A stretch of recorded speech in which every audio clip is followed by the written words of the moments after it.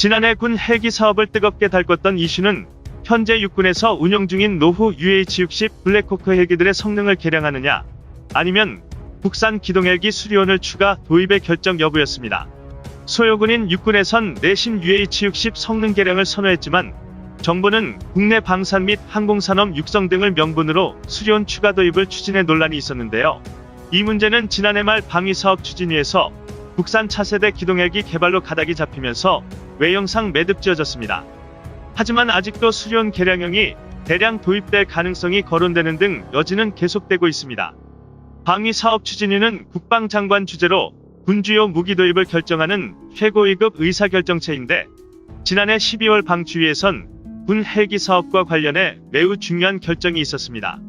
방위사업청이 지난해 12월 15일 서욱 국방장관 주재로 열린 제132회 방위사업 추진위에서 중형 기동헬기 전력 중장기 발전 방향을 심의 의결했다고 밝힌 것입니다.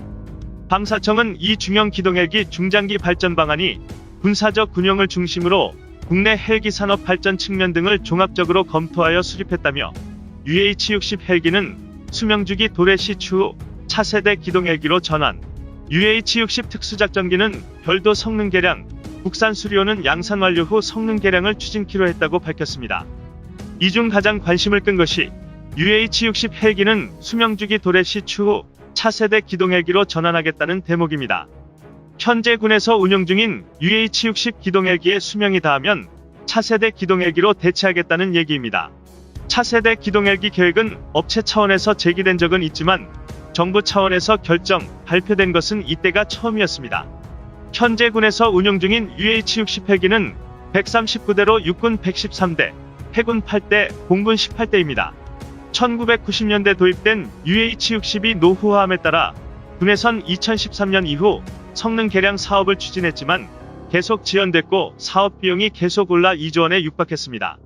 방사청에선 수리온 제조업체인 KAI, 한국항공우주산업의 강력한 요청 등을 감안해 UH-60 특수작전기 36대를 제외한 기본기 103대를 수리온으로 대체하는 방안을 제시했지만 헬기를 직접 사용하는 소요군인 육군에선 당초 이에 반대했습니다.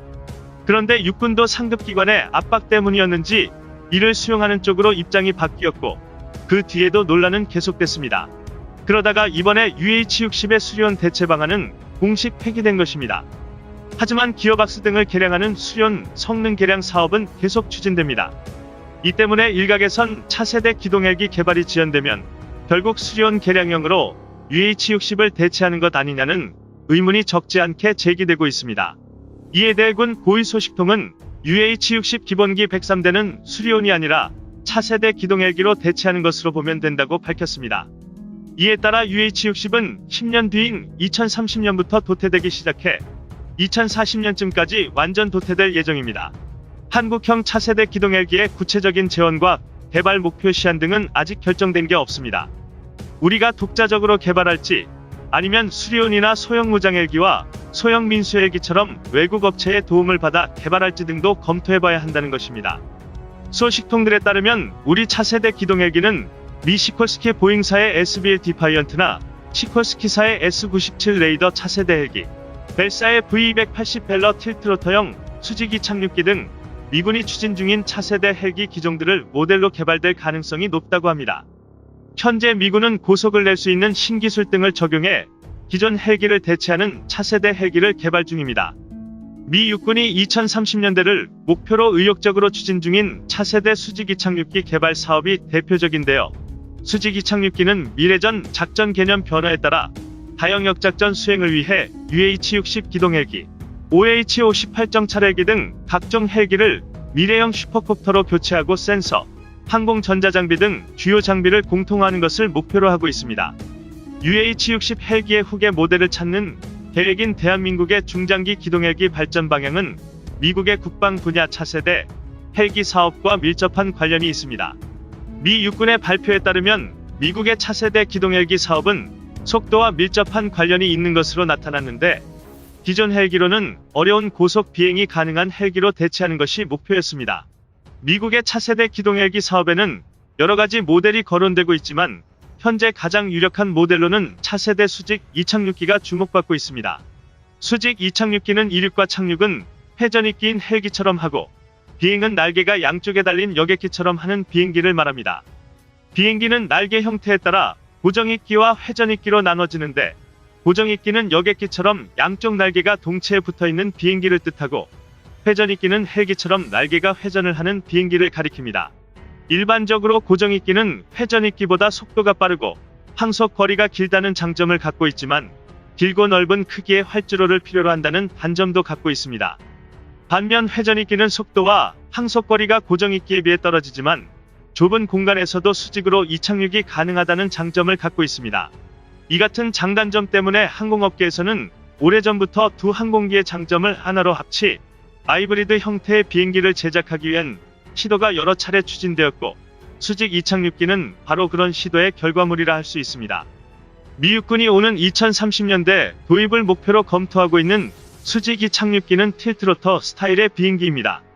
틸트로터란 고정익기와 회전익기의 장점만을 따서 만든 비행체로서, 회전익기처럼 수직으로 이착륙을 한 뒤에 일정 고도에 이르면 고정익기처럼 빠르게 전진하는 비행이 가능합니다. 틸트로터기를 미 육군이 차세대 기동헬기로 채택한 가장 큰 이유는 수직 이착륙과 제자리 비행 능력이 있어서 협소한 지역에서도 임무를 수행할 수 있기 때문입니다.